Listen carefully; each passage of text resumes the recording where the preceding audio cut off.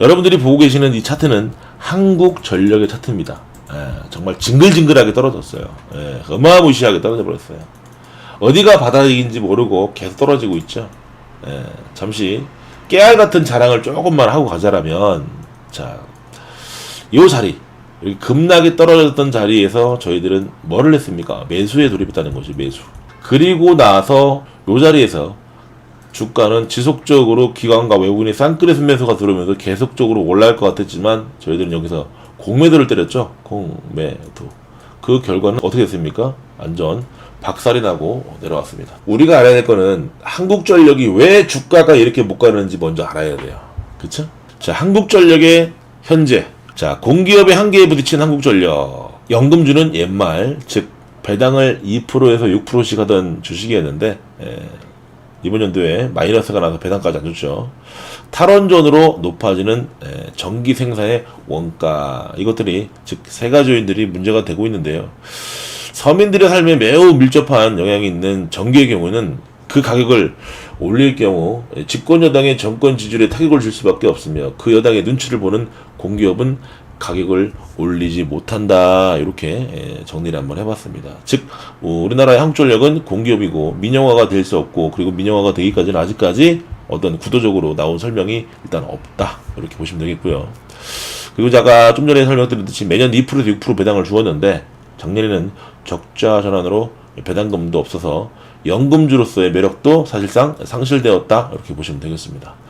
세 번째는 일본 원전 사고로 인해서 원전의 위험성이 대두되고 전 세계적으로 탈원전이 가속화되고 있는 가운데 한국도 이에 동참하고 있고, 그로 인한 전기 생산 원가가 지속적으로 상승할 수밖에 없다는 요인이 있다. 자, 원자력을 보시게 되면 원자력으로 킬로와트당 생산할 수 있는 것은 약 60원에서 70원 정도. 근데 재생에너지, 즉 태양열과 풍력 발전은 약 킬로와트당 100원 정도가 들어간다고 볼 수 있다. 지금의 어떤 그 시장에서 원자력이 차지하고 있는 어떤 비율과 신재생 에너지가 차지하고 있는 비율은 거의 9대1 정도, 굉장히 현저하게 엄청나게 벌어져서 차이가 나고 있습니다. 하지만 그 격차를 앞으로 계속 줄여날 것으로 보고 있습니다. 자, 그렇다면 한국전력이 주가가 올라가려면 무엇이 필요합니까? 자, 한국전력의 미래, 한국전력의 주가가 다시 부활하려면 무엇이 필요한가?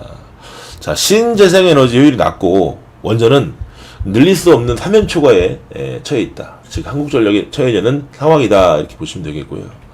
단기적으로는 요금 인상과 중장기적으로는 전기차 등의 보급화로 수익성을 극대화할 수 있는데, 밑에 그림을 잠깐 보시게 되면은, 자, 요것은 소비자 물가 상승 추이를 말하고 있습니다. 요 모습이죠. 이 모습. 자, 2017년도 상반기에는 2.5%까지 올라갔던 걸 볼 수 있고요. 2018년도 상반기에는 1.5%, 현재도 약 1.5% 소비자 물가 지수가 나타나고 있다. 그러나 이것은 위에 보시게 됐지만 단기적으로는 소비자 물가 지수가 정부 목표인 2%보다 더 낮아 있다. 지금 1.5%죠. 현재는 정부 목표가는 약 2%인데, 그러면 그것 중에서도 여기서 이렇게 보시게 되냐면, 요것이 이제 소비자 물가 지수를 나타내는 품목들이라고 보시면 되겠습니다.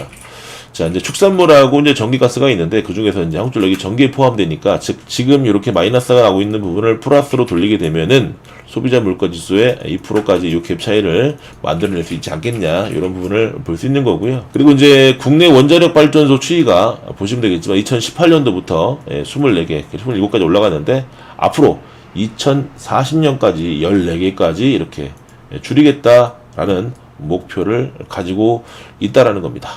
자, 그래서 단기적인 부분은 소비자 물가 지수가 정부 정책이 2%보다 낮기 때문에 전기요금으로 인상을 해서 올릴 수 있다, 이렇게 볼 수 있다라는 거 생각하시면 될 것 같다. 하나 이제 그 어느 정치인도 쉽게 건드리지 못하는 부분이기 때문에 여러분들이 잘 지켜보셔야겠죠. 자, 그럼 중장기적인 관점으로 봤을 때는 가정용 전기도 마찬가지고 산업용 전기 요금이 인상은 어려운 반면 충전 전기 요금은 상대적으로 쉽게 인상이 가능하다.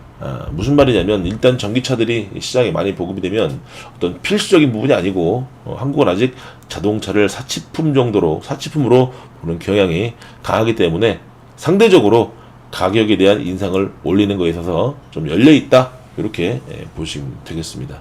따라서 지금의 이 국면보다는 한국전력이 좀 더 올라갈 수 있는 것이 단기적인 부분은 이런 상황들이 있고 중장기적인 부분은 이런 상황들이 있으니까 이런 부분들을 여러분들이 뉴스나 어떤 정책에 의해서 어떤 것들이 나오는지 잘 살펴보시면서 투자에 참고하시는 게 좋을 것 같습니다. 자, 그렇다면 이 정도로 알아보게 되고 차트는 지금 어디를 말하고 있느냐, 거의 뭐 저점이라고 보시면 됩니다. 자, 1997년 8년도 이때부터 중기적인 추세를 쭉 한번 그어볼게요. 자, 사실상 바닥입니다. 중기적인 추세를 봤을 때 사실상 바닥에 와 있는데요. 바닥. 자, 이렇다 할 만한 반등은 여기서 한번 나왔습니다. 여기서 저희들이 한 30% 정도 수익 올릴 때 당시, 그리고 공매도로 때렸을 때 요때밖에 사실 없었습니다. 반등이라는 것은. 그리고 나서 현재 바닥에서 기고 있죠. 더 떨어질 수도 있고 여기서 반등해서 올라갈 수도 있습니다. 그렇다면 전반적인 차트를 살펴봐야겠죠.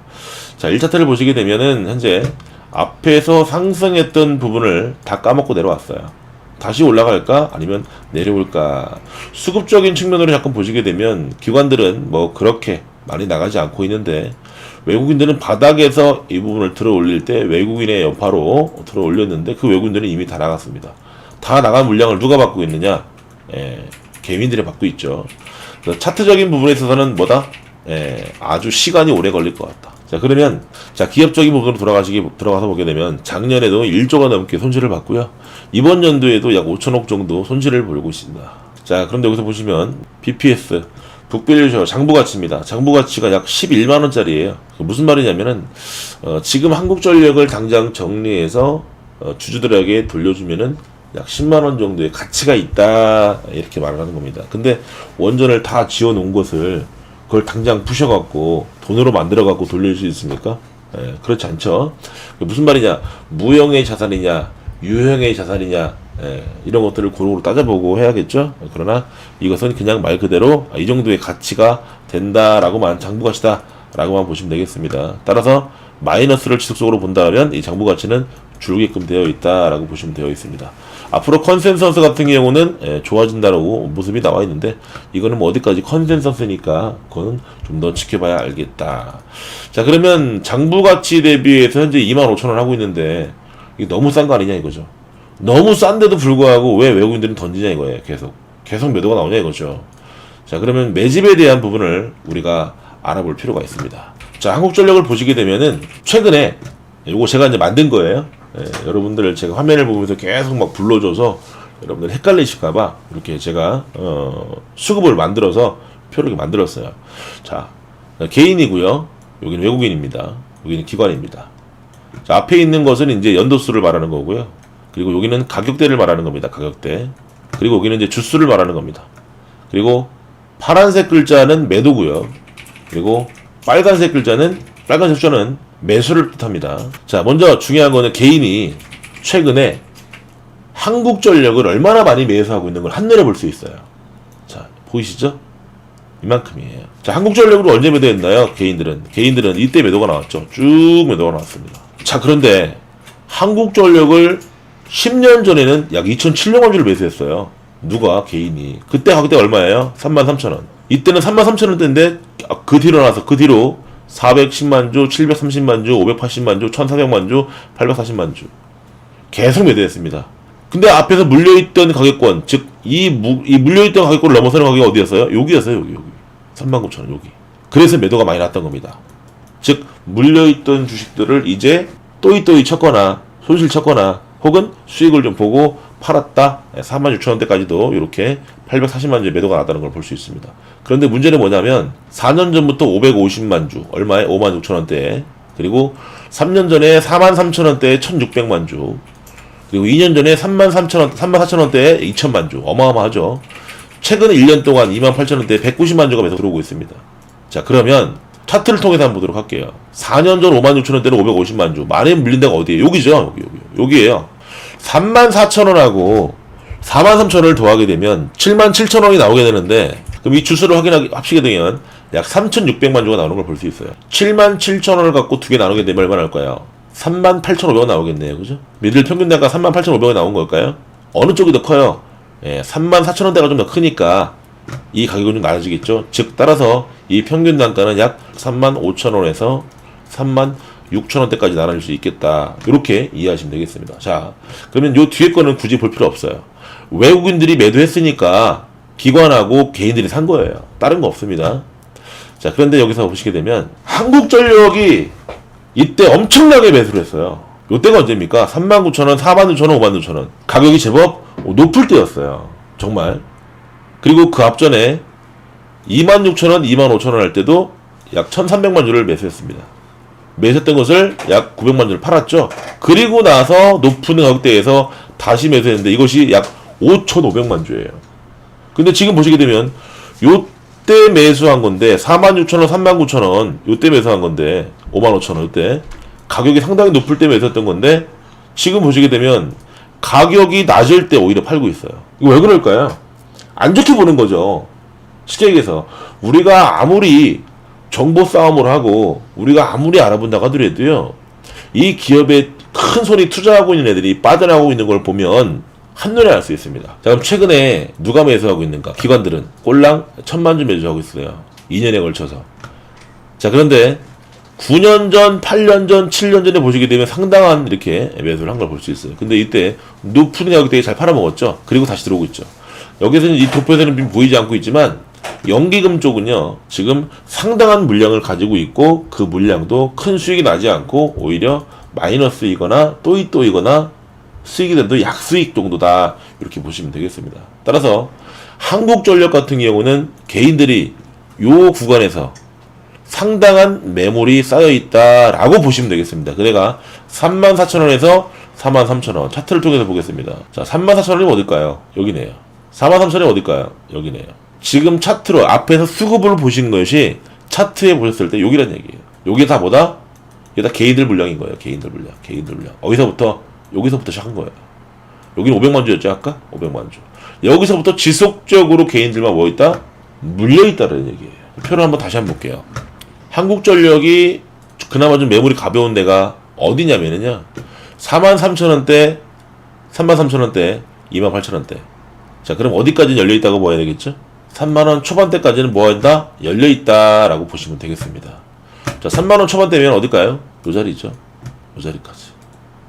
앞에서 정배열을 만들려고 하는 과정에서 주가 그대로 꼬라박았어요. 이거 뭐 이렇다 만 등락 없이 꼬라박았다는 얘기입니다. 따라서 한국전력이 더 내려갈 가능성도 충분히 있으나 만약에 한국전력이 반등을 한다라면 저는 3만원 초반까지도 보기 힘들다고 봐요. 이거는 수급적인 부분으로 판단했을 때 그렇지, 제가 바라보는 것은 31,000원까지 3만원 초반까지 보기 사실상 힘들어 보인다.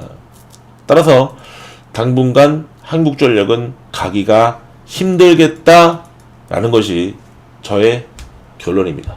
그런데 만약에 한국전력이 이 상황에서 다시 한번 저점을 깨고 내려오는 급락이 나온다라면 이때는 저라면 투자할 것 같아요. 즉, 앞 차트에서 저희들이 이렇게 주가가 엄청나게 떨어질 때, 이 자리였죠? 떨어지다가 훅 떨어진 자리, 이런 자리.